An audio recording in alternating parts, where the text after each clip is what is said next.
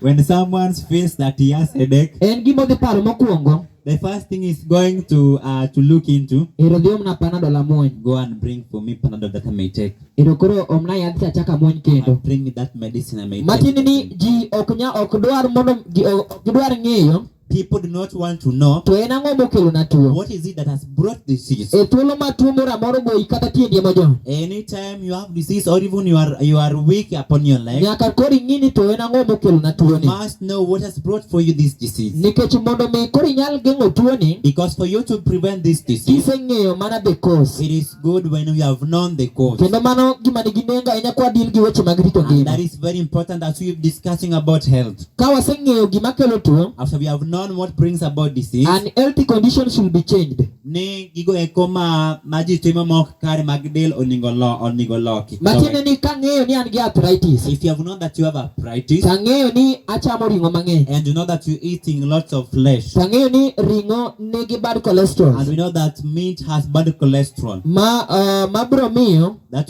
choke muodore, will bring about the grinding of bones, kata ring'o ok biloso remono makare. or even blood will not make a good it will not make good blood. Matini kan gi chong maremo, That means if I have eating or gima nyaka kuong ang'e the first thing I should know, en ang'o momiyo chonga ni rama. why is it that I have I have a problem in my knee. To bende nitie kaka dhano akia kaka pacho dhi ogwenyore. I don't know how the thoughts of human being have gone astray. Makata kosenyise the cause, Even if he has been told the cause, oboko ni ato ring'o no to aonega. he will just tell you that let just that meat kill. An kata ka chag ne momiyo tienda ni okuot kamae, And even if it is milk that has made my leg to swell, weya ura tho. let me die. Matini ji mang'eny dere kendo negore Many people commit suicide and kill themselves nikech dhok mit. because of appetite. Kendo inyisowa ni dhok mit osemiyo ji mang'eny owito ngimagi. Appetite has made many people to lose their lives, Nikech thuolo ma ji chamo ring le kaachiel kod gigo ma ok ni kare, because as people eating flesh and other foods which are not good, nitie kaka gimoro del kasto gimiyo del teko moro ma ok ni there kare. is a way they stimulate the body and give a false strength. Koro thuolo ma ok itiyo gi chiemogi, So when you do not use these kinds of food, to biwinjo awinja kituo. then you just feel that you just feel sick. Koro mago gik ma nyaka waloki kendo waket makare. So these are some of the things that we must live and prepare. Kasto medo wacho ni the nature is to be assisted in high effort. Ni del onego kony kodwaro kotemo konyore. Matini kwa deal gi tuo, That means when we are dealing with diseases, waseng'eyo ni nyaka wang'e gimokelo tuo. we have known that we must know what has brought disease, Kasto gimokelo tuo no nyaka koro wapogorego. and we must separate ourselves from what has brought disease. To ka wasepogore gi gimokelo tuo, And after we have separated ourselves from what has brought disease, nyaka wang'i okang' makare ma koro wanyalo konyogo del we must look on how to help the body, mondo mi del onyal chako del nigi migepe mopogore opogore. The body has different ligaments. Wan gi white blood cells. We have white blood cells. Wang'e ni white blood cells We know that white blood cells. gin achiel kuom kutego makonyo e weche mag kedo gi tuo. They are some of the things which help to fight disease. To e thuolo ma ng'ato chamo gigo ma ok ni kare, And at the time people are eating things which are not good, gikedo gi tuo ma gikone to gidong' ka gijony. they fight disease until they become weak. Koro e thuolo ma ok ginyal tiyo makare, And at the time they cannot work correctly, iyudo ka koro tuo dhi to nyoro del. disease overwhelms the body. Koro magi gik ma nyaka wang'e. So these are some of the things which we must look into. Ere kaka wanyalo konyo del e yo makare mondo mi onyal kedo gi tuo? How can we help the body so that it can fight disease? Nyaka wadoge the diet of Eden. We must go back to the diet of Eden. Kwasedok e diet of Eden, After we've gone back to the diet of Eden, inyisowa ni plants mwatiyogo gi chiemo mwatiyogo koa e lo, we are being told the plants, the foods we're eating from the ground, gin gi nutrients mopogore they opogore. have different kinds of nutrients. For example, wan gi soyabeans. For example, we have soybeans. To soyabeans nigi a lot of calcium, Soybeans have a lot of calcium. en gi bende gi protein. It has proteins Matinde also. thuolo ma itiyo gi soya, That means the time you use soya, en gi protein ma biro konyo e gero del. it has protein which will build your bones. Calcium bende en go ma biro miyi bedo gi choke motegno. It has also calcium which will make your bones to be To strong. thuolo ma itiyo gi gima ok owuok e lowo cha, And at the time you use something which is not from the ground, odhi ketho del to onge gimomedo. it is going to destroy the body and add nothing. Koro mondo mi obed mangima, So for us to have good health, kare nyaka wangi gigo ma kelonwa tuoche. we must look at the things which brings about disease. It is essential in the treatment of a disease. En gima kare ka ithiedho tuo. It is an essential in the treatment of a disease. En gima dwarore ka ithiedho tuo. But to endeavor to strengthen the compensatory and defensive reaction of the entire system. Mar loso del duto te. Matini ethuolo. That means kawuono wan gi yedhe mopogore opogore. we have different kinds of medicines. Wan gi yedhe moko ma ka ji muonyo. We have some medicines which when taken. Mfano moko an go kang nasom. We have some example. Kwang'iyo del kako bet kata the physiology and anatomy. If you look at the physiology and anatomy of the body, migao ka migao mar del timo tich mopogore opogore. Every part does different work. Wan gi obwongo ma en kaka engine mar del. We have brain which is like engine of the body. Kendo body. tiyo kanyakla gi migepe mopogore opogore mag del mondo mi system mar del onyal bedo makare. It works together with other ligaments of the body so that the system may be okay. E del wan gi chuny. We have liver. To wayudo ka chuny we have liver. Ema konyo weche mag chungo chilo kata chungo gigo ma ok ni kare madonje del. It does purification of blood. Mo thuolo ma ng'ato tiyo gi yedhe mimuonyo ka miluongo ni drugs. When we are using and at the time someone uses drug, migepe mag del mabedo gi pek ahinya. The part of the body that has a very hard task. En obwongo. It is the brain. Adundo. The heart. Kaachiel kod chuny. And liver. Omiyo mano bwa gombo mondo wagoe mbaka. Therefore we want also to discuss about that. To we watie gino mawinjo watim ka wabedo matuo. Let us finish with the things which we ought to do when we are sick. Kasto wadonje the causes of diseases kasto wang'iyo bende drugs be. Then we come to the causes of diseases, then we look at the drugs. No actually restoring the immune system. Ni kiduoko tekruok mar del is the only method of true permanent healing. Duoko tekruok mar del yo makare mar thiedho tuo. Kare mondo mi onyal chango kuom tuoche duto ma kawuono osebedo ka chando ji. For us to get rid of diseases which are affecting people today, nyaka waduok kare rateke bende mag del. We must restore the immune system of the system. To ere kaka dwaduok rateke mag del? How can we restore the immunity system? Wan gi olembe. We have fruits. Wan gi alode. We have vegetables. Wan gi gigo motimo pogore pogore. We have different things that are growing. Manyalo konyo del. Which can help the body. Koro mondo monyal yudo chang makare. So for us to have treatment kuom tuoche ma kawuono chando ji mang'eny. From these diseases which are affecting people. Kare nyaka koro walok diet marwa. We must change our diet. Kasto wachiemo kaka Nyasaye nochiko. And we eat the way God has told us. Wadhi bedo gi ngima makare. And we're going to have good health. Gimachielo. Another thing. Bende ma otudore gi weche mag tuo. Which is also connected with the disease. Wan gi migao mar del miluongo ni colon. We have colon. Colon en achiel kuom migao mar del. Colon is one of the parts of the body. Makonyo ting'o e chilo. Which help in the keeping of toxins. And the time. E thuolo ma ng'ato ok dhi oko maduong' kata matin. When someone is not reading of himself. Chilo ka del chako ywayo. Those toxins, the body takes them again. Actually, the colon plays a most indispensable role in the health. Nyimbich maduong timotich maduong ahinya e del. And re-enter the bloodstream and the body. Kendo the colon nyimbich maduong plays a most indispensable role in the health. Timotich maduong ahinya ma ok nyal geng e ngima. And re-enter the bloodstream and body and matiende niya gima otamo wacho ni nyombich maduong otimo tich maduong ahinya del. To e thuolo ma ka ochako we chilo ka to del ochako ywayo. Kowe chilo ka to del ochako ywayo to gidok e remo koro gilokore sum. That colon does a great work, and if the toxins are not get rid of, the body takes them again. If the bowels do not empty at least twice daily, nika okidhi oko nyadiriyo odiochieng. Manyiso ni chilo mane colon oting'o ka. That means the toxins in the colon. Del dhi chako ywayogi. The body will take them again. E thuolo ma del dhi ywayogi. And the time the body takes them again. Koro del ywayogi ka gin sum. The body takes them when they are toxic. Nitie jok moko manyalo tieko kata ndalo achiel ka ok odhi oko. There are some people takes even a whole day without going to allergic call. Mano chandruok maduong' ahinya.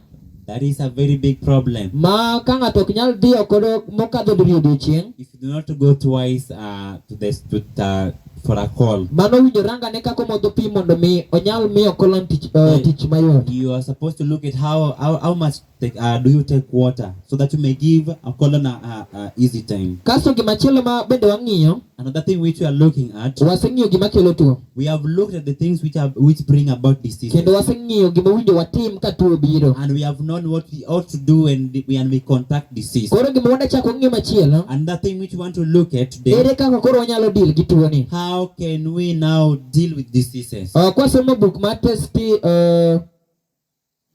70, 7062.1. Testimony to the Church volume 7, 62 paragraph 1. Amen.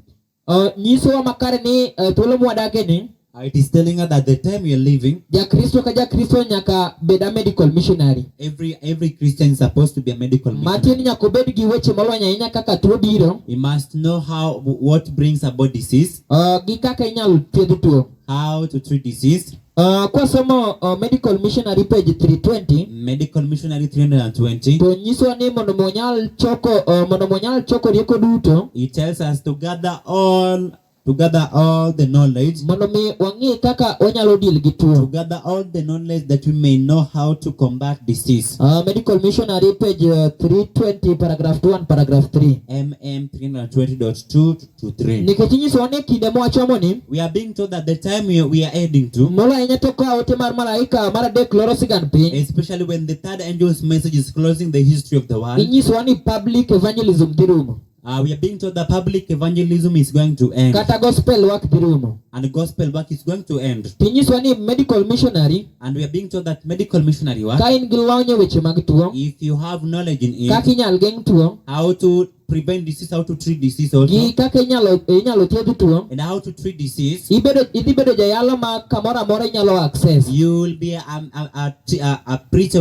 who can access any place. Kendo ma dhi konyo mondo monyal ke ote mar malaika mar adek, And this one is going to help us to preach the third angel's message, molo ahinya kata e kinde ma koro to waneno ka ichoko kanisni mondo monyal lone jogo mawacho adier. especially at this time when we see people are being collected, churches are being collected. Thuolo ma ka biro ne wadwa Justus gi weche mag rito ngima, Yes. to nitie kaka tiende moro ne lit. Maybe I want to go and visit Brother Rolex, and he has a problem at his knee. Tanyise ni nitie natural way moro ma koro nyakonygo tiendi no. And then I tell him, there's a way naturally we can help your knee. Kasto abiro odiochieng' mokwongo takawo cabbage tatuone tiendi no. And the first day I just come with the cabbage and then cover, just tie it up at your leg. To ka giki tinyisa ni ng'ena winjo ka tienda cha dok. And then tomorrow you tell me, I'm feeling that my leg is now getting well. Matieni ka ang' kiny chak iduogo, That means tomorrow if I come, koro ing'eni iseting'o wes ibirogo. I come with the verse now. Koro ing'eni kuongo ichwado wes, Now you preach the gospel, kok inyise ni koro kwasetieko puonjruok to koro wachako watimo ni thieth machielo. and then you tell him that after discussing about the word of God, we are going to do another treatment. Ng'ano ko owinjo kuma ji pango ni dhi goyie, That person hears that people are planning to beat you. to dhi wacho ni ng'ane to weura weya. You will just say, no, so and so, just leave him. Matieni bedo gi ng'eyo e weche mag rito ngima, That means having a knowledge on how to on health. nikech inyisowa ni medical missionary is the right hand of the gospel.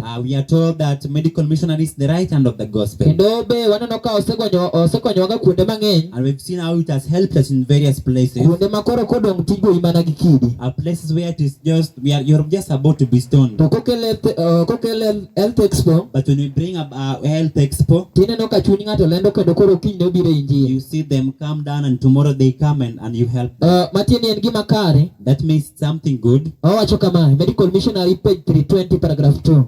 MM Owacho 320.2. ni be practical missionaries.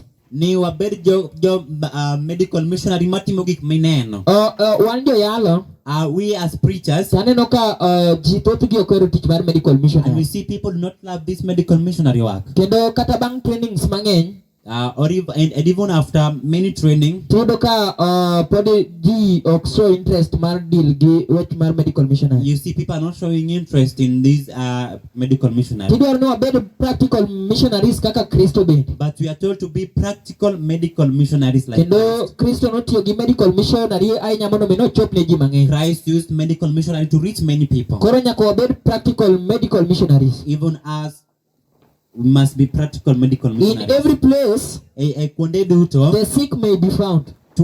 jatuo inyalo yudi. Kata ka wachako ni wada wuotho e gweng' kae. For example, if you start to, walking around this, Wachako achaka gi ute machiegni kae we gi. start with these houses which are near us. Nikech kawuono kamoro amora ji tuoe. Because every place there is people are Inyalo sitting. neno ka ng'ato ber e inanga. You might see someone is very nice at wearing his Kendo garment. kineno to wacho ni wang' ng'ane to tinde leny. You just look at someone's face, you see how it's shining. To nitie tuo machando ng'ato. That there is a disease. Kawuono ji paro ni jok ma igi okuot ke ma winjo maber. People are thinking that those people who have Jok ma igi okuot ke ma winjo maber. those who have those people have belly, To mago bende jok ma winjo marachie moloyo. swollen stomach. Those are the people who are having a hard time. To sani ka piny ni But today people are looking at you. koneno ka iyi ochako biro, When they see your stomach is swelling, wacho ni ng'ani tinde winjo maber. they say so and so is okay. Kitich mabiro cha, With that kind of stomach, ng'ani tindo go atua. this person has made some steps. To mane ng'ama hinyore mogik. But that person is suffering. Koro inyiswa ni in every place We are being told that in every kamora mora, the sick may be found. tuo inyalo yudi. And those who go forth as workers of Christ Kendo jogo eko madhi kaka jotich mag Kristo should be true health reformers. onego bed jomotimo lokruok mag chiemo mar adier. Ok ni kawuono ayalo kae Know that today I'm preaching here weche mag rito ngima. how to keep health, Kendo anyalo gwe mabor kaka mkati rach. and I may preach how bread is not good. To kadok dala, But when I go back home mitaneno njugu mawich na e mkati no. and I see I look at the peanut that has been smeared at that Gi bread, chai moro machako tuo wiye ti gi majan. and I see a very nice tea that has milk. Awacho ni gini wabila gi kata bopuonjo ga mana ji to mane wabiro go ato. And then you're saying, let me just test this. We just be teaching people and we just make steps. Inyiswa ni wambe koro nyaka watim lokruok maduong' ahinya. We are being told that we also must make a step. Nikech thuolo ma idhi nyiso ng'ato ni chak rach, Because the time you're going to tell someone that milk is not good, to in timadhe. but you are taking it. Ipani mano bitimo gima kare. Do you think it is you're doing a good thing? Apenjo class, mano bitimo gima kare. I'm asking the class, is it a good thing? Ka wabiro chokruok kama to wadhi visitation, If you come to a meeting here and then we go for a to visitation, wadhi warado gi jatuo. then you get a sick person. Iting'e ni kanywele to pod itoyo dala marach. You know that at home you are taking kanjwele, To that seche go is ineno fish, kone ineno kanywele cha. and you're telling her, you look at that tilapia. Gika chamo sewage ma gichamo koro ing'e ni gichamo tuoche. They eat sewage, so they are taking diseases. Ka gisechamo pi molil gik molil to giduogo maler timako gi. When they have eaten dirty things, then they come back to clear place and they are being captured. Koro e thuolo ma itiyo gi to gikelo tuoche. So when you use them, you become sick. To kadok dala, But when you're home mitaneno rech mowang' maber. and you see the same fish Iketo na kachumbari moro mar nyanya gi kitungu ma ok otedi. and the kachumbari besides it, Iwacho ni wachama gini dichiel gini babo mawe. you just say, let me just taste this once, I will leave it. Koro mi nyaka wabed true health reformers. So we must be true health reformers. Wadhi mbele kocho kamae. It continues. Prepare to give those who are sick the simple treatments. Ikri mar konyo jogo eko matuo gi yo mayot maloyo. That will relieve them. Mabiro konyogi. Gima dhi konyowa What is going to help us? e thuolo ma waneno ka kanisni duto gin agenesas. At the time we see that all churches are against us. Popula churches are agenesas. Kanisni mong'ere kwedowa. And soon the laws of land will be against us. Kendo sama koro chike mag piny ochiegni bedo makwedowa. What is going to help us to access these people Gima dhi konyowa mar chopo ne jogi is fulfilling en chopo the practical missionary that Christ did. thieth makare manenore. And the gospel will continue. kendo injili biro dhi nyime. Thus they will open the door for entrance for the truth. Kendo mano biro yawo yo maber mar adiera donjo. Kare mondo mi adiera ma wan go ni wanyal medo chwalo ni ji mopogore opogore. So for us to continue preaching this gospel to different people. Nikech ang'eyo ni ja Catholic moro to kowinjo ni wadhi yalo ne aching kama to ok onyal yie. And we know that, and you know very well that if you go to a certain Catholic will not allow you. Kata jajisi ong'eyo maber ni sani to ok onyal gwelwa mondo mondo achwal negi wes. And even GC people know that they cannot welcome us so that we may preach unto them. To kwadhi negi line mane Kristo tiyogo ni. But if you go to them through this line that Christ used, nyaka ng'ano yie. That person will accept. To nyaka ichwad ne injili be. And you must preach to that person. Our Sabbath keeping family should keep their mind filled with the helpful principle of health reform. Familia meko marito sabato nyaka chike goeko marito ngima. And other lines of truth. Kachiel kod yore moko bende magadieri. That they may be a help to their neighbors. Kendo nyaka girit yore moko magadieri mondo gibed kony ne jogo eko modak alwora gi. Ng'ato kawuono en ja old en kae. And we know that there's someone who is an old Seventh-day Adventist and is here. To ka jirande moro tuo. But if his neighbor is sick, openje mana ni to min Otieno to ang'a timi? He's just asking, Mama Otieno, what's affecting you? What are you suffering from? Wiya ni bara. I have an headache. Min Otieno to isetimo ne ang'o? Mama Otieno, what have you done for the person? Ni amuonyo niga mana yedhe moko ka. I've just been taking some drugs. Tiweya ni tema. I'm just leaving. Just try. Kare nyaka jirende wabende nyaka wayal negi.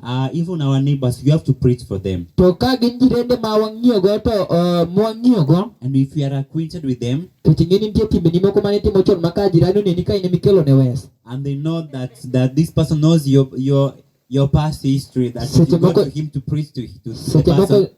Seche moko jirani ok nyayie kodi. Maybe the neighbor cannot accept or accept you. Abiro takao Justus nikech Justus ok ging'eyo. So you come and take Rolex because they do not know Rolex. Nikech ang'eyo kata ka family wa. Because for example in my family. Koro ka chon nachamo ga kodgi rech. So if I used to eat to them together with them fish. Tanyiso gi ni ng'eni antina we chamo rech no. And then you tell them, I stopped taking fish. Gibo wacho ni in sungri asunga. They will just tell you just yourself.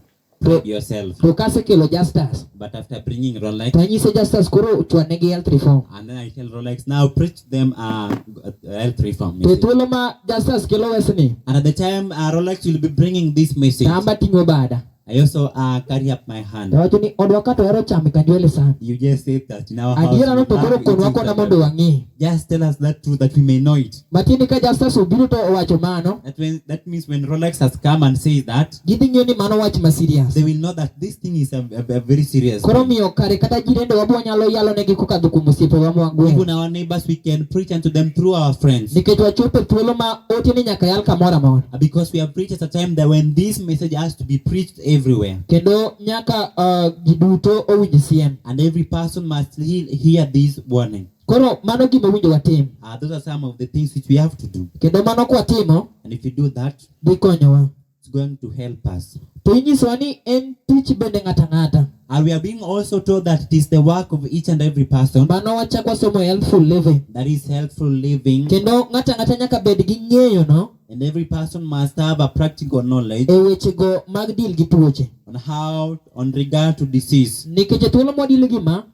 Because at the time when we're dealing with this one. Wasiemo ne jogi Kristo. And we pointing these people Christ. Kati thuolo mo wa deal gi jatuo to oyudo chang. And at the time when we help a sick person and he gets well. Ok owinjo wuoth ko wacho ni an wuod ng'ane che mano konyo. He's not supposed to walking and saying so and so he has helped. To owinjo wakete pach jogi ni Kristo emo konyogi. But they should know in their mind that it is Christ that has helped them through you. Matiende ni a line mora mora mar yalo injili. Therefore in every line of preaching the gospel, kare nyaka wasiem ne ji mana Kristo. We have to point people to Christ. Mondo kik ji dong ka pakowa. That they may not remain glorifying us. To gineg ni Kristo motieki. But they might know that Christ is the one that has helped. Healthful living wacho kamae. At Hell 19.2.5. It is the duty of every human being.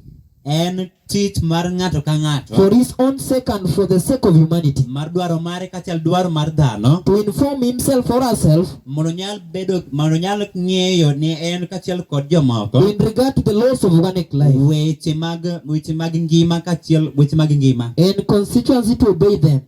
kendo gima konyo koritgi. It is the duty of every person to become intelligent in regard to disease En tich mar ng'ato ka ng'ato mondo nyal ng'eyo tuo and its cause. kaachiel kod gino endo mogemo tuo. Ok ng'ato beda beda ni mano ang' penja ng'ane ma olony ga gi weche mag We are tuo. not supposed to remain that, oh no, it's not me. Go and ask one, so it's the one that knows about To ne diseases. te wan jogo ma osewinjo ote. But we have heard the message. Inyisowa ni koro every member We are being told that each and every member nyaka bed gi ng'eyo should have a knowledge gino makelo tuo on what brings gi diseases kaka de thiedh tuo. and how we can treat diseases. You must study your Bible Nyaka wasom Biblos in mekwa order to understand the value the Lord placed on men whom Christ has purchased mondo nyal ng'eyo gima duong' ma Nyasaye oketo ne jogo eko monyiewo gi at rembe. such an infinite price. Chiwo no endo maduong' mopim. Then we should become acquainted with the laws of life. Omiyo koro nyaka wang'e chikego eko mag ngima. That every action of the human agent Mondo nyal ng'eyo ni tich mar ng'ato ka ng'ato may be in perfect harmony with the laws of God. mondo nyal pimore makare gi chikego eko mag Nyasaye. When there is so great peril in ignorance, Ka ji osebedo ndaki mar koso ng'eyo, is it not the best to be wise in regard to the human habitation? dong en gima kare mar ng'eyo gino endo mar ringruok mar dhano. Fitted up by our Creator, Ka oloso makare gi ng'ama ochweyowa, and over which the desire that we shall be faithful stewards. kendo mano endo dhi konyowa mondo wabed jorit makare. Kare nyaka wabed koro gi ng'eyo no. Therefore, we are supposed to have knowledge Kasto kaka dwa deal gi tuo. on how we can deal with diseases. Kasto gimachielo, Another thing mabe no yude Christian service. which you're getting from the book Christian Service, Ni ka isebedo gi lony gi gima kelo tuo, after you have had knowledge on what brings about disease, to koro nyaka ichak ibed gi ng'eyo bende kaka inyalo thiedho tuo no. you should also know how you can treat the same disease. Christian service page 134, 134.2 paragraph 2. Bende nyisowa wach kama. is telling us something.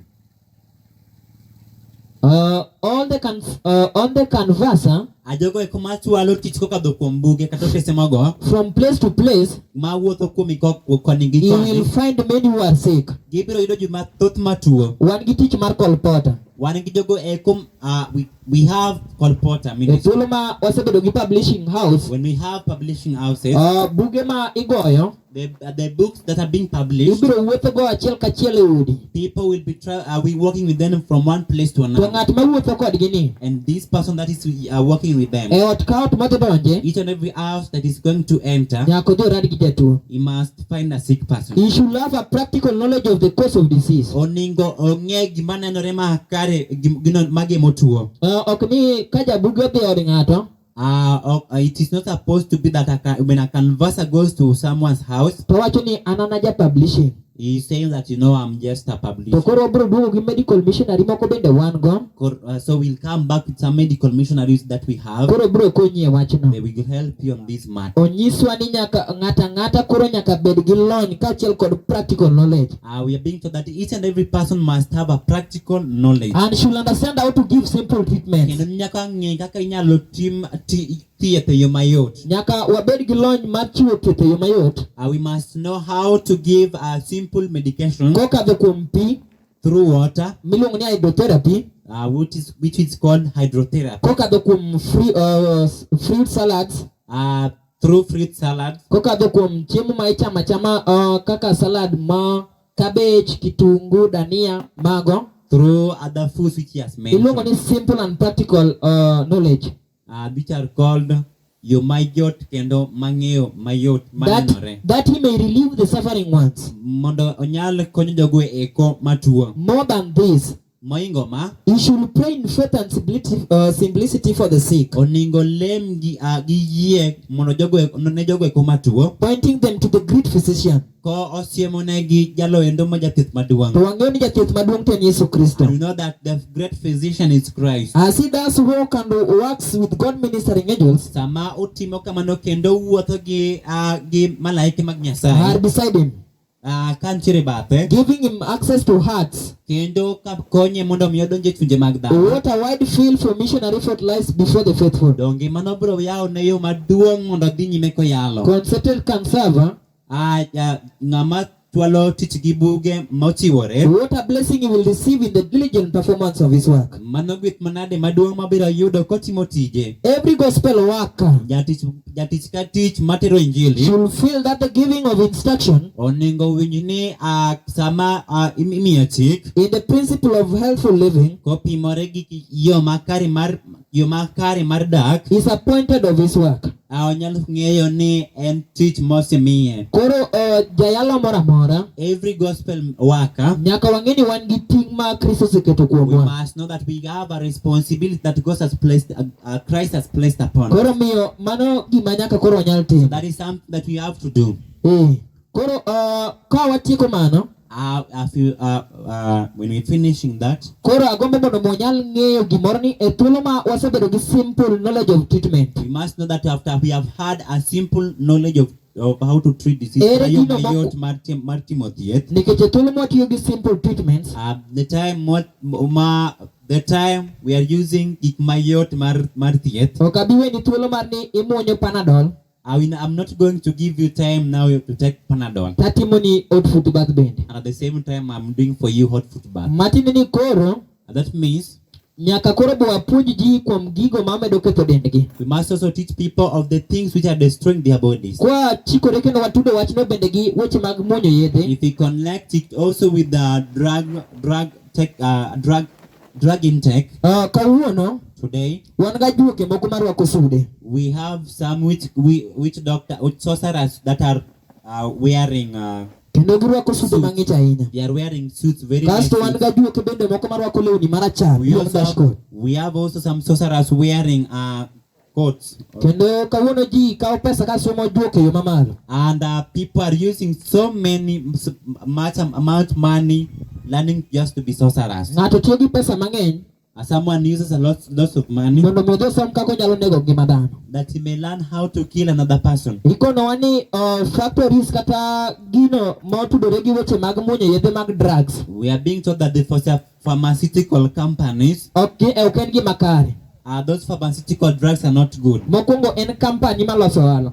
First, they are just doing business, To ok otudore gi pharmaceutical and connected with pharmaceutical. ma company motudore maduong' ahinya gi weche mag Freemason. It is a company that is connected so much with Freemason. Kendo company no mafwando machwalo wechego mag loso yedhe. And that company that is spearheading the drug formation or drug Otudore gi wechego mag Freemason. drugs processing is connected so much with the Freemason. Koro miyo kawuono ji muonyo yedhe. So today people are taking drugs. Jachien ne ogolo ji The devil really humbled the people e chiemo makare. on food, best Nikech food. jachien en ng'ama riek ahinya nosomo true education Because the devil is very wise. He learned true education kane en e polo. when he was in heaven. Koro ong'eyo mpango duto ma ka oketo, He knows all the plans if he puts. dhano nyaka lware obadho mare. Man must fall in his trap. Koro kawuono wan gi ajuogni mang'eny mantie e osiptende mopogore opogore. Today we have so many sorcerers in different kinds of hospitals. Kendo gidendore ni nurses kaachiel kod dakteche. They are calling themselves nurses and doctors. Inyiso ni kawuono jok ma osenego ji mang'eny ahinya And we are being told today those people have killed so many people. gin doctors and nurses. They are doctors and nurses. Nikech giketo gino e del ma ging'eyo ni ok dhi konyo del. They put onto people's body what they know that this one won't help this person. Kendo gi make sure kata ging'eyo And they are making sure that they even know. ni gimi gino ma ok bi negi dichiel. They give you something that which won't kill you once. Kawuono ka naonge gi high blood pressure, Today, for example, if today I was not having high blood pressure, ta odhi omiya yath pressure chako muonyo. and then I'm given drug curing high blood pressure, Kodhi chak ipima tiyuda gi pressure. that means if I go back and be tested, I will be it will be found that I have high blood pressure. Seche moko ng'ato ne oringo distance mabor, Sometimes someone had run a very long distance, kendo ka ochopo e hospital tipime ne pressure. and then when he gets at the hospital, they measure his pressure. Seche moko ng'ani ok owe mondo oywe, This person maybe has not been left to rest, koro seche moko pod adundo gweyo remo matek. so maybe his heart is still pumping. To ipime, It's being tested. mos ko ni It's being told pressure nini ni malo. your pressure is very high. Kendo koro gima dhi konyi And now what can help nyaka you? koro warwakie yath. We must give you you must put you into To medication. daktari, Now, doctor, to gini to kodhi muonyo nyaka karang'o? until when will I take this drug? To king'eni koro kaka pressure osejuki no, And you know now now that you have a pressure, nyaka koro imuonye nyaka koro itho. you must just take it until Kendo death. daktari biro chung'ni adieri konyisi ni tuono koro ing'eni ok nyal chango. Obiro koni ni tuono koro ok nyal chango. The doctor will tell you that the disease won't get worse. Kare osego kodi kwan. It's just Mano calculated. It's just done some mathematics. ong'eyo ni ka chieng' moro ikawo yathno ma chieng' moro itho, He knows that if you take that medicine until you die, dhoge nitero chiro te. all your cows you've taken them to the market. Diek be kane in go to nyaka iter chiro te. If you have also goats, you will also take all of them to the market. Biro chuno kara ni uso lopi. It will even force you to sell your land. Kare yorno mar thieth kata kaka jachien nokele, So the treatment which the devil brought, en nokele ni mondo mi onyal bedo gir ohala mare kasto oweyi ka koro ok inyal. he brought it to be a business unto him, and it leaves you when you are helpless. Kendo Ellen White ka wuoyo, Ellen White, when he's speaking, to wacho ni kano neno medical fraternity, when he looked at the places where people are being treated, nigi nying moko ma gitiyogo matek ma common people ok nyal there winjo. are some hard names which people cannot understand. Ni to noneno ni mago jo Freemasons. And he saw that Freemasons are the people who does that. Buk mar Jeremiah,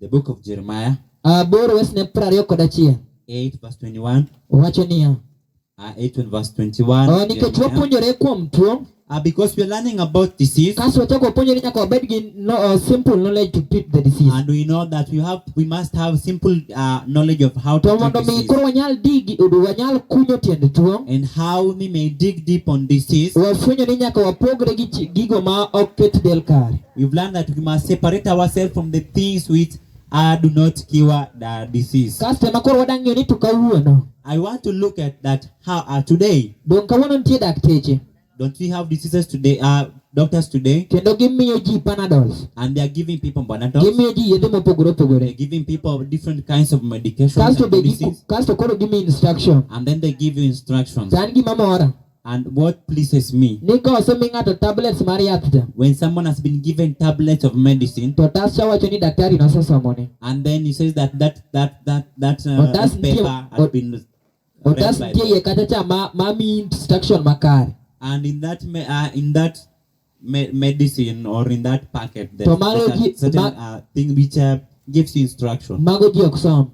People do not read those. Omiyo ka Nyasaye ng'iyo thieth ma kawuono ji yudo e okang' mopogore opogore, So today, when God is looking at the kind of medications people are receiving, to wacho ni chunye lit. He is saying that his heart is hard. Nikech kwang'iyo kata mfano go mane otige muma, If you look at the examples which are being used in the Bible, kwang'iyo mfano mar Ezekia, if you look at the example of Ezekiel, kane otuo, when he was sick, ne otine gi ng'owu, they used a fig tree. kendo ne olosnego poultice to twene e buche. They made a poultice and then placed at his boil.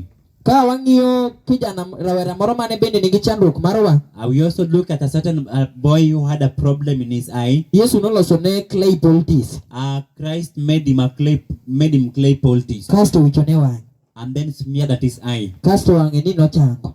He got well. Matin ni kwang'iyo muma, Therefore, if you look at the Bible, msingi mar thieth mar pinyni ok wayude.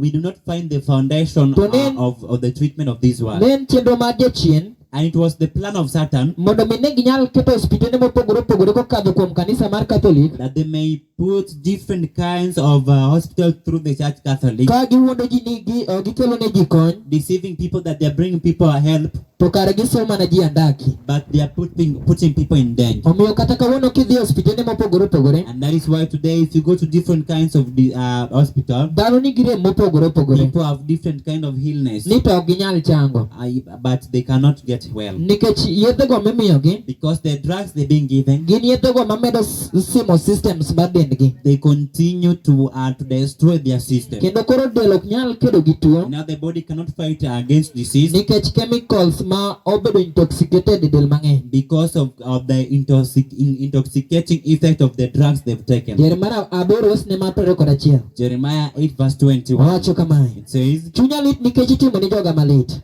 I'm hurt because of the daughter of my people. Aywak kendo akuyo marach.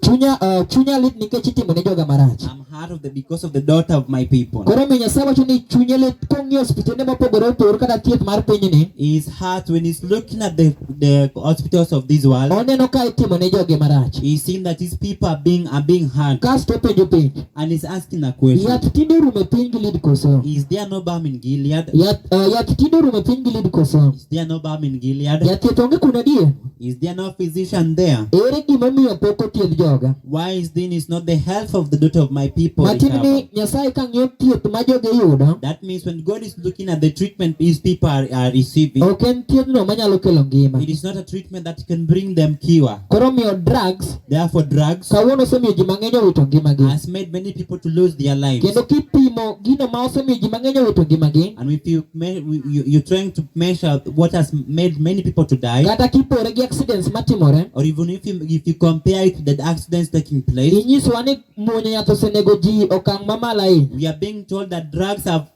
killed so many people. Kendo ji kawuono odong' ka nigi songa mopogore opogore, And people have remained having different kinds of lame. pesa gi orumo.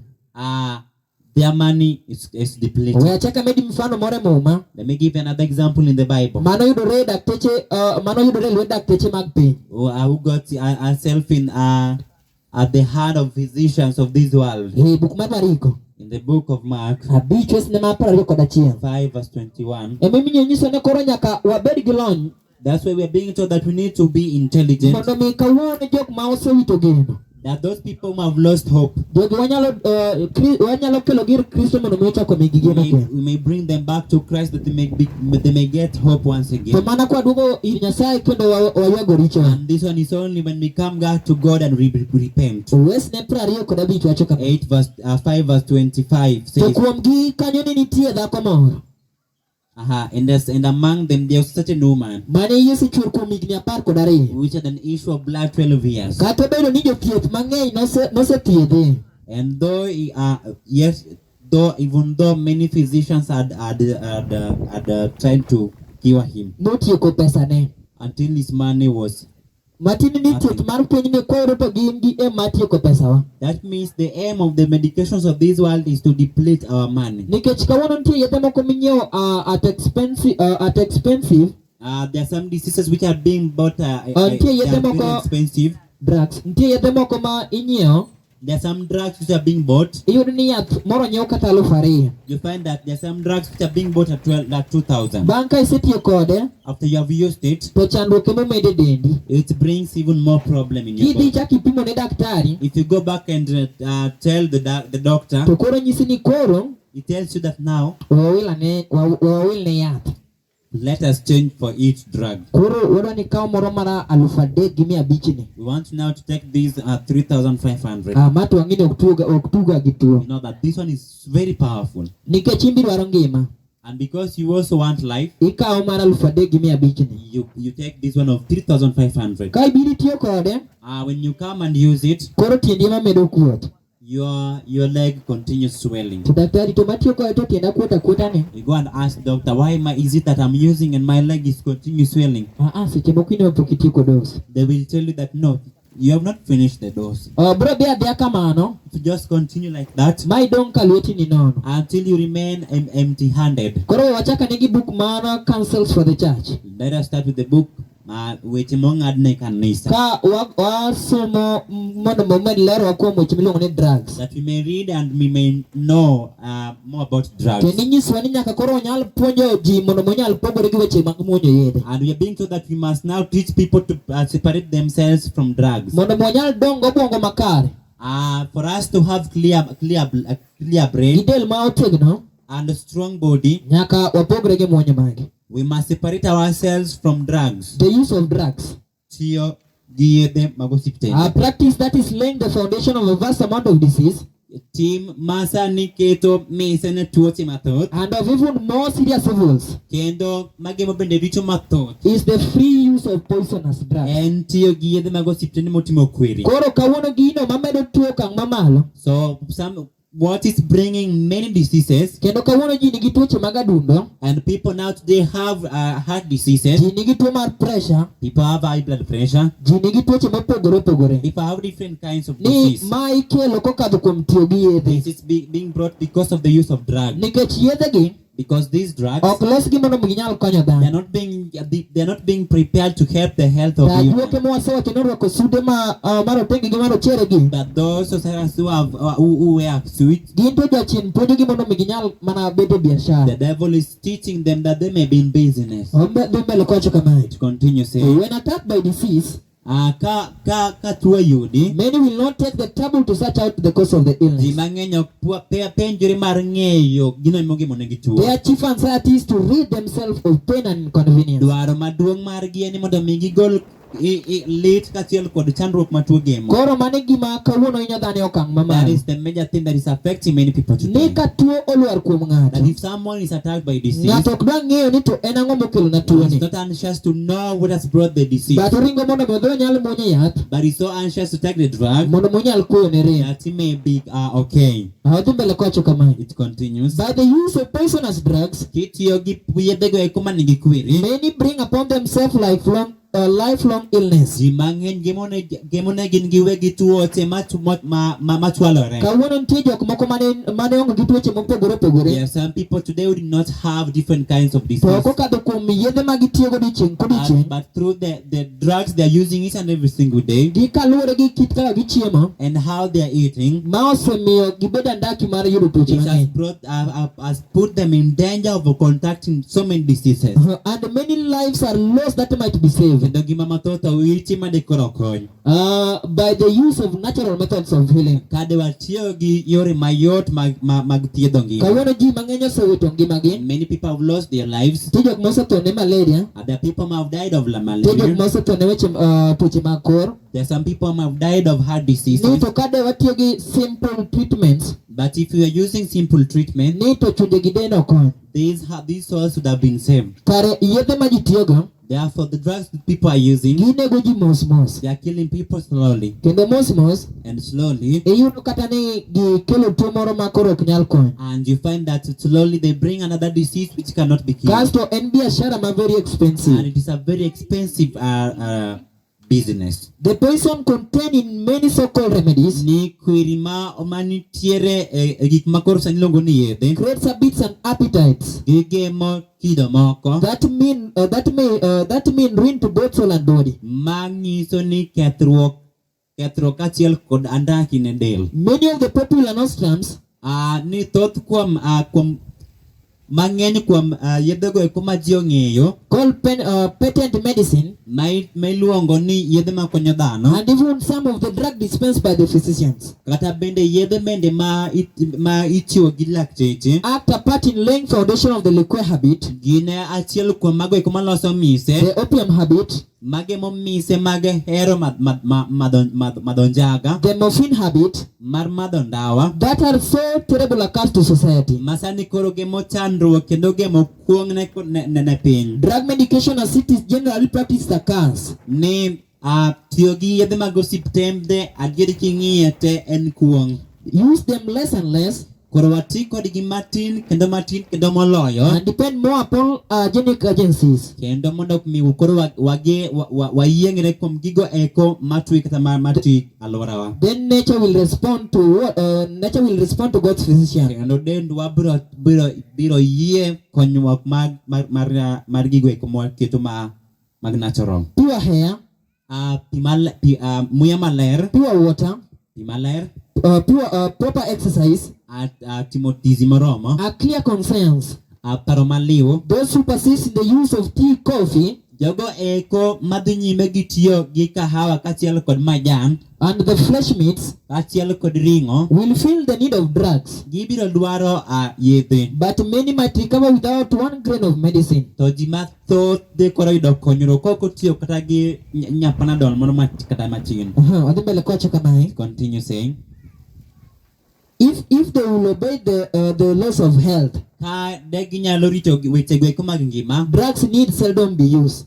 kendo yath de koro kotigo kata. Koro inyiso ni nyaka wapuonji mondo mi ginyal pogore gi yedhegi. So we are being told to that we may teach people to turn away from drugs, Nikech yedhegi because these drugs, gikelo pek ne del.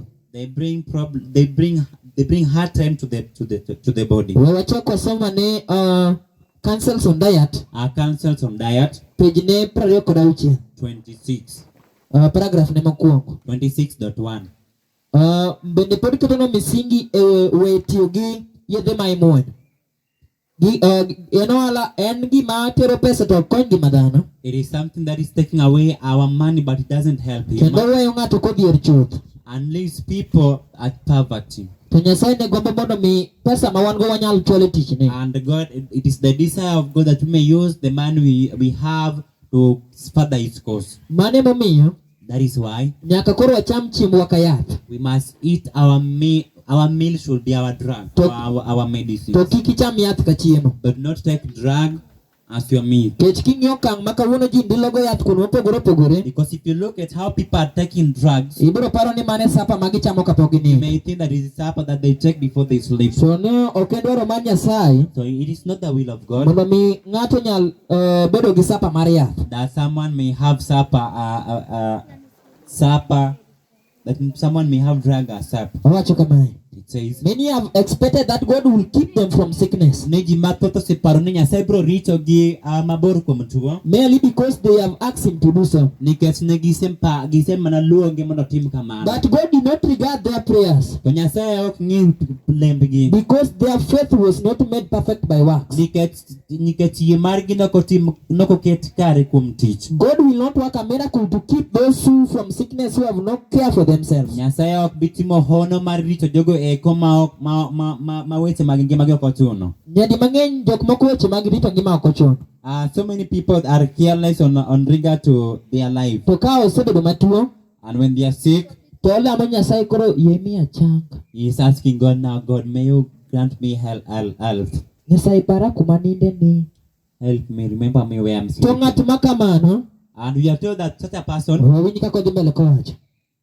God will not work a miracle to keep those those from sickness ni Nyasaye ok bi timo hono mar rito who have no care for themselves, but are continually violating the laws of health. Amen.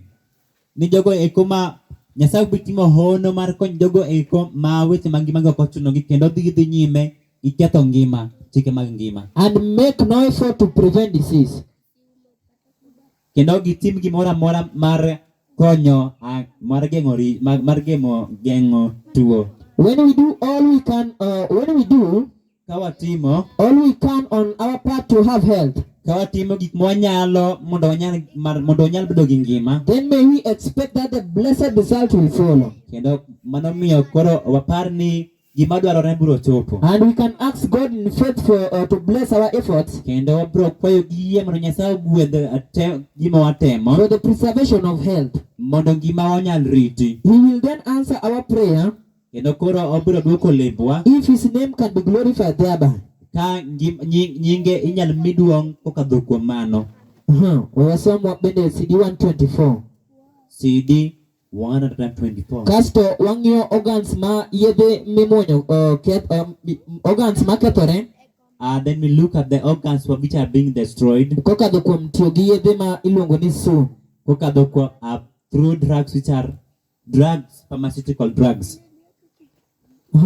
There is no treatment Onge thieth which can relieve you of your present difficulties manyalo konyi e chandruok ma in godo sani. while you eat and drink as you do. Ka pod imetho kendo ichiemo mana kaka in You midwaro. can do that for yourself, which the most experienced physician can never do. Inyalo timo ne in gino eno maduong' ma laktar maduong'ie moloyo ok nyal timo. Regulate your diet Ni nyien na chiembi, in order to gratify the taste. losana na chiembi kendo mondo mi In order to gratify the taste, mondo inyal loso you will frequently place severe attacks upon your digestive organs. ne kidro mana chopo milumbi ibiro miyo gigo eko marego chiemo tich matek. by receiving into the stomach food which is not the most helpful. Ka iketo ei chiemo go eko ma ok kony.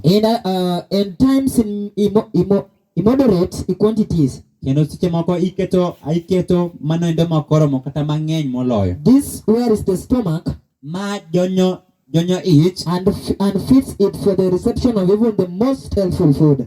kendo mano tame kata loso chiemo no endo mayom moloyo. You keep your stomach constantly deliberated Iketo imiyo iyi seche duto otimo tich mapek because of your wrong habits of eating. nikech kaka kichiemo yo makare. Your food is made too rich. Chiembi olosi machwe moloyo. Koro mano gima nyaka wanyal ng'eyo. So we have to look into that. We aneno ka sadhi matek ahinya. The time is really moving. Kendo we wasom migepe moko matin ma weche mag muonyo yath inyogo del. So let's see some of the parts of the body that drugs affect, Mondo mwarwakane penjo kachiel kod medo moko. that we may welcome some questions and additions, Kasto ang watieka tieka. and then we just end.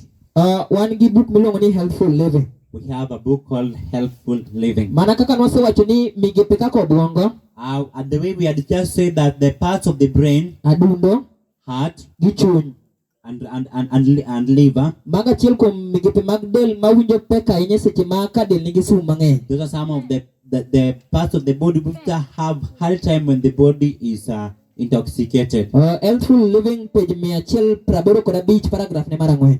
Dak makare paragraph mateno. Wacho kama, It says, the disease which ani tuo which the drug tuo ma yadho hospital was given to cure may disappear. Tuo ma yadho hospital no chiw mondo otiek nyalo lal. But only to reappear in a new form. To olal to chako duogo e yo machielo. Such as skin diseases, Onyalo biro e yor del makuot, ulcers, adonde moko mantiere del, painful disease joints, kata inyalo winjo ka chongi ni lit, and sometimes in a more dangerous kendo nyalo biro bende yo marantaki ahinya, marach moloyo, and deadly form. kendo yo marach ahinya kendo yo andaki moloyo. The liver, Ni chuny, heart, adundo, and brain kachiel kod obwongo are frequently affected by drugs. iketho ahinya gi yedhe hospital. Koro inyalo go kwan ni kimuonyo yath pile pile higa ka higa. So you can calculate that if you're taking drugs each and every year, Mane momiyo ibro do ka jok moko nigi chuny marach. that is why you'll find that some people have heart diseases, Kendo ibro do ka jok moko bogamo tuoche go mag chuny bende. and some people have diseases on liver. Kawuono bende nitie jok ma nigi tuoche mag adundo, mara ng'ato adundo ne okuot, adundo ne otuch. Some people have problems in their heart. Maybe the heart has swollen, it has a prick somewhere, such like. And the brain frequently affected by drugs.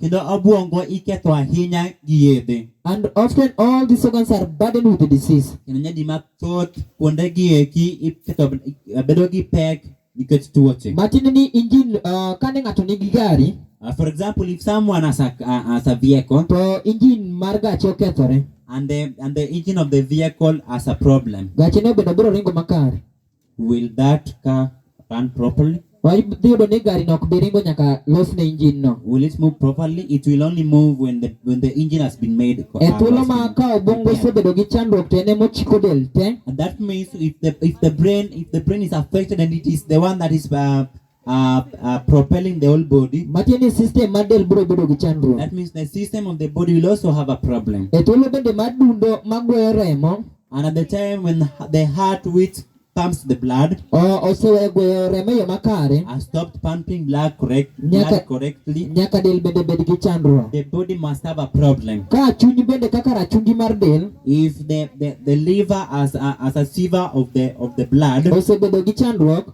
has have a problem. Matiende ni rateke mag del ma konyo e kedo weche mag kedo gi tuo. That means immunes which are helping in fighting diseases Bro dhi piny mos mos. will just reduce slowly by slowly. Kori nyiso ni nyaka wapuonjre ni yedhe ma ji kawuono tiyogo gi richo. That's why we must teach people that the drugs which from our hospital which people are using are not good. Kendo nyaka wapuonjre simple treatments. And we must learn of simple treatments. Kendo e lesson wa machielo, And indeed in another lesson, wadhi puonjore simple treatments. we are going to learn simple treatments Kokadho kuom pi, through water, kokadho kuom nature, from nature, kokadho kuom chiemo mopogore opogore. and from different kinds of diseases, Kendo from different kinds of food. wabro ng'iyo bende natural remedies. And we also look at natural remedies. Kendo buk be wan go kae, And we also have a book here. iluongo ni Health Essential. It is called Health Essential. Mano buk ma ng'ato ka ng'ato winjo bedgo. It is a book that each and every person ought to have. Nikech ochiwo instruction kaachiel kod thieth e yo mayot kot kadho kuom pi. It gives instructions and how to treat using water. Koro mana buk magombo mondo wabedgo ma ka wachopo e lesson machielo. It is a book that I decide that each and every person should have it, so that when we are in the next class, Wapuonjre simple treatments mondo wanyal puonjo ji mondo opogre gik maketho del. we may learn simple treatments so that people may get away from those things which affect the body. Mondo mi ka wabro tudo lesson wa mogik gi mano, So that when we are going to connect our lesson with that one, wabro ng'iyo the diseases of the liver, we will look at the diseases of tuoche mag chuny, diseases of the lungs, tuoche mag adundo. kaachiel kod wabro tude gi rwakruok. We will connect with dress. Nikech kawuono bende gima hinyowa ahinya en rwakruok, kaka warwakore. Because we find that today another thing which is affecting us is how we are dressing. Nikech inyisowa Because we are being told ni nyaka warwakre e yo makare. we must dress correctly. Kochakore joma nyiri gi joma chuo. From female and male. Nikech ji molo ahinya to kawuono piny rwakore kaka fashion dwaro. Today people are dressed, the world is dressing the way fashion wants it. Kendo jacharan maduong' And we find that the greatest tailor iluongo ni jachien. is Satan. Kawuono jachien biro twang'o ni nanga ma weyi duk. Today Satan will make for you a dress will leave you naked. Kendo ji usore ne piny kendo piny nenogi ka gibeyo. So people are selling themselves unto the world, and the world is seeing them as very beautiful. Lakini kodok weche mag rito ngima, But when it comes to on issues of health, to yudo ka en okelo chandruok. it brings a problem. Kawuono nitie jok man gi tuoche mag cramping. Today people have cramps. Ji nigi pelvic diseases. People have pelvic diseases. Ji nigi tuoche mopogore opogore ma biro tudo gi ka kasto wang'iyo godo be. People have different diseases which will connect, and we learn and continue with this one also. Koro omiyo wanyal winjo dwond Nyasaye mondo wanyal chiemo makare. So let us hearken unto the voice of God and eat correctly. Kendo bende pod wamedo rwakowa ahinya And we still welcoming each and every person e wechego mag rito ngima. and the health message. Bende thieth bende wabiro bedo go okinyi kokinyi ka bang' exercise. Kapok watimo wabiro bedo gi massage ne ji moko matin. I will also be doing massage for some people. Kasto wabiro keto mashinde moko bende mag pimo e sa mar break.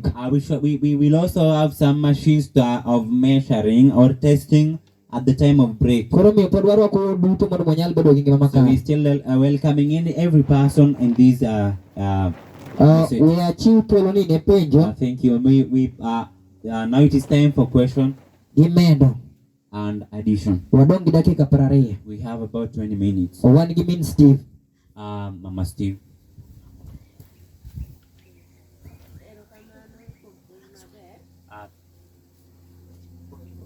Thank you for the nice teaching. Erokamano kuom puonj maber mwayudo. Thank you for the nice teaching we have gotten. Koro an gi penjo ariyo. She has two questions. Mokwongo, First, ka ng'ato kochiemo kobila bila gimoro olwar e iye ni ito dhi oko. if someone just tastes even just a little food and he goes to a call, Kol maduong'. yeah, Sasa mochiemo to dhi e chuma to nyalo bedo problem mane. that every time the person eats, he goes to the toilet. What can be the problem of this, or what has brought this? Yeah. Mar ariyo, Secondly, ka ng'ato chon kane pod pakon wabedo reformed ne wadhiga kao drugs mag deworming. before we became reformers, we were taking those drugs which are used for deworming. Koro sani wanyalo tiyo gi remedies mage mondo watigo e deworming. So today, what kind of these drugs, or what kind of medicines or natural remedies can we use in place of those? Thank you. Erokamano. Another question? Penjo machielo? Penjo machielo. Another question?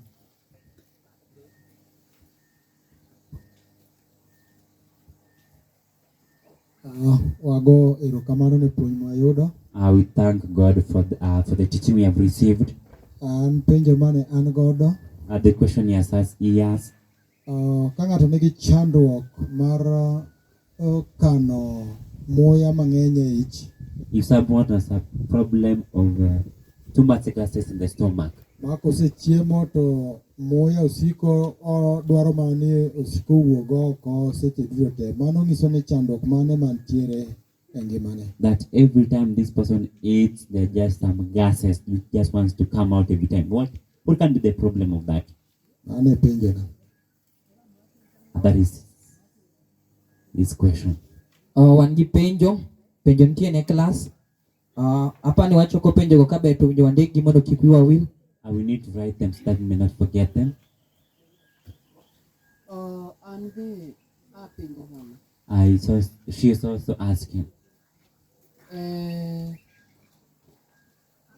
We are one reformers. We are health reformers. Kendo weche mag osiptal be koro wawinjo kaka chalo gi yedhe go, gik ma yedhe go timonwa. And we have heard of the hospitals and what the drugs are doing unto us. Ma koro dhi kuonde go bende koro ok onego bed ni watim mano kaka nyithi Nyasaye. Which we are not supposed even to go to those places as people of God. Koro anta apenjo ni mondo mi anyal ng'eyo So he's ni asking tuo ma kamae matuoya. now for me to know that this particular disease is the one that is affecting me. Nikech sama wantiere godo ni inyalo yudo ni in gi malaria. Because sometimes today you may be having malaria. To samoro typhoid bende intiere go. And maybe sometimes you're also suffering from malaria. Koro samoro in ithiedho malaria, inyagori gi malaria to typhoid bende opondo kae. So maybe you are fighting with malaria and yet you're having also typhoid here it is hidden. Koro penjo mara apenjo ni to ere kaka wanyalo fwenyo mondo koro ang'e gima thiedho. Ika thiedhi ni aparo to ang'e gima thiedho ka ase pimora e machine ka osepima. So how ere kaka wanyalo yudo weche mag pimo mane penjo. So how can we of this testing, how can we do this testing? This testing. How can we? Someone mtu alikuwa amebeba mkono wake huko nyuma, alikuwa nani? Yes. Testing. Yes. She has this is a question.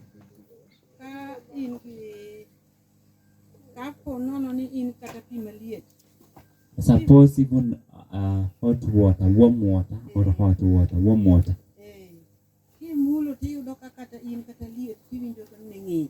That even if you touch,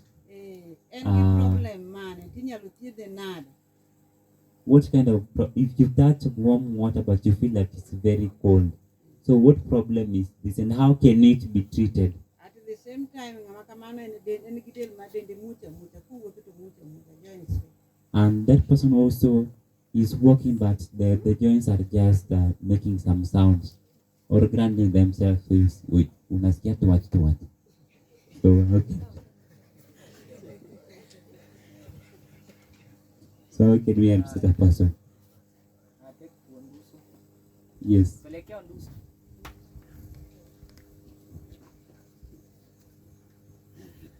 Okay. So alikuwa kwanza nataka arudie, unajua kulikuwa na kitu nilikuwa na communicate usiangushe ndio ni waanze vizuri na wewe. Ogombo mondo mi onuo mondo ochak kode. ibiro translate. Yes. En ng'ama pima liet. ya kwamba akiguza maji yani si moto sana, niseme hivyo. Yes. Yeye anahisi tulikuwa sasa, yani ni kama baridi tu, haisi huo joto. Usi hiyo. Yeah, it is very warm that someone when mtu akiguza, atakata kuguza, lakini huyu mtu akiguza yeye anahisi tu ni kama baridi tu, yani tuko tu. Yes.